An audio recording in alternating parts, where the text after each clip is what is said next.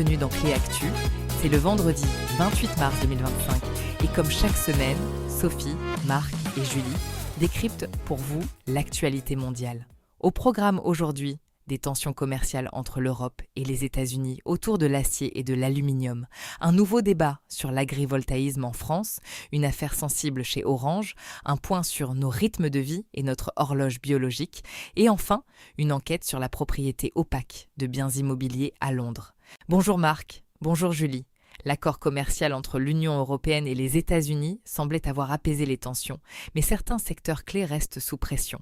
C'est le cas de l'acier et de l'aluminium européen, toujours frappés par de très lourds droits de douane américains. En effet, Sophie, malgré un taux général de 15% sur de nombreuses exportations européennes, ces deux industries stratégiques sont exclues. L'administration américaine, sous la houlette de Donald Trump, maintient une position ferme, rendant l'avenir incertain pour les producteurs européens. Des négociations sur d'éventuels quotas sont en cours, mais le flou demeure quant à leur issue et leur calendrier.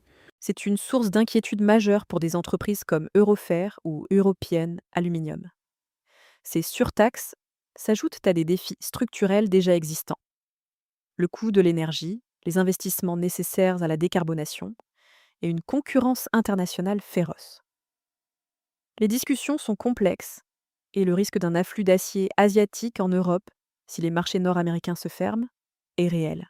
Passons à un sujet qui suscite des débats passionnés en France, l'agrivoltaïsme. Ce secteur, qui combine agriculture et production d'énergie solaire, est en plein essor mais fait face à des propositions de loi visant à en limiter la puissance. Effectivement, Sophie. Une proposition de loi examinée à l'Assemblée nationale début avril voudrait limiter les projets à 5 MW par exploitation agricole. C'est un point crucial, car les acteurs du secteur comme TotalEnergies ou Engie craignent que ce seuil ne soit pas suffisant pour assurer la viabilité économique des installations, et cela pourrait freiner les investissements dans les énergies renouvelables. Derrière ces chiffres, il y a des enjeux concrets pour les agriculteurs. Si l'agrivoltaïsme peut offrir une diversification des revenus et une protection des cultures, il faut trouver un équilibre. Les syndicats agricoles, de la FNSEA à la Confédération paysanne, sont divisés sur la question des seuils et de la spéculation foncière potentielle. L'objectif est de ne pas créer un mitage territorial et de garantir un partage équitable de la valeur. Julie, restons en France pour aborder un sujet qui nous concerne tous. Notre sommeil et notre rythme circadien. Claude Gronfier, chronobiologiste, tire la sonnette d'alarme sur les conséquences de nos modes de vie modernes. C'est un constat préoccupant. Nos vies intérieures, le travail de nuit, la lumière artificielle nous éloigne de notre horloge biologique naturelle, réglée par la lumière du soleil. Plus d'un Français sur 5 souffrirait de troubles chroniques du sommeil, et les risques sanitaires associés au travail posté et de nuit sont réels. Augmentation des risques d'obésité, de diabète, voire de certains cancers et AVC. La désynchronisation circadienne devient un véritable enjeu de santé publique. Les études, comme celle de l'ANSES, le montrent clairement. Il est urgent de repenser l'organisation du travail, l'architecture de nos lieux de vie et de travail, et d'améliorer la prévention pour mieux accompagner les travailleurs exposés à ces rythmes décalés. Nous partons maintenant à Londres, où une enquête révèle les circuits de propriété souvent opaques derrière certains de nos pubs emblématiques. Marc, de quoi s'agit-il ? Il s'agit d'une investigation journalistique qui met en lumière comment de nombreux pubs et biens immobiliers londoniens sont détenus via des structures offshore complexes, notamment dans les îles Vierges britanniques ou les îles Caïmans. Ces montages, impliquant sociétés écran et trust, rendent l'identification des véritables propriétaires très difficile.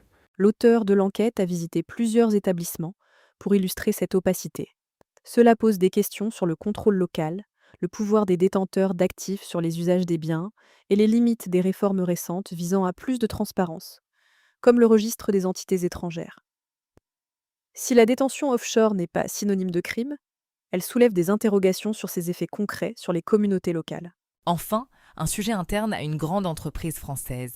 Une enquête interne vise Sébastien Crozier, président de la CFE-CGC d'Orange, pour des accusations de comportement inapproprié. Julie, quel est le contexte ? C'est une affaire sensible, Sophie.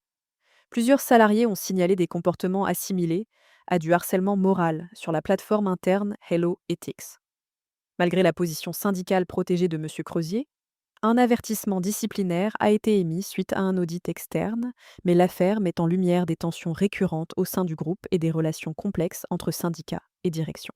L'article rappelle des précédents et la difficulté de traiter ces situations, d'autant plus dans un contexte de changement à la tête du groupe Orange et de procédures judiciaires, parfois liées à des incidents médiatiques. Les enjeux de pouvoir interne et les liens d'affaires et l'affaire passée ajoutent à la complexité de ce dossier.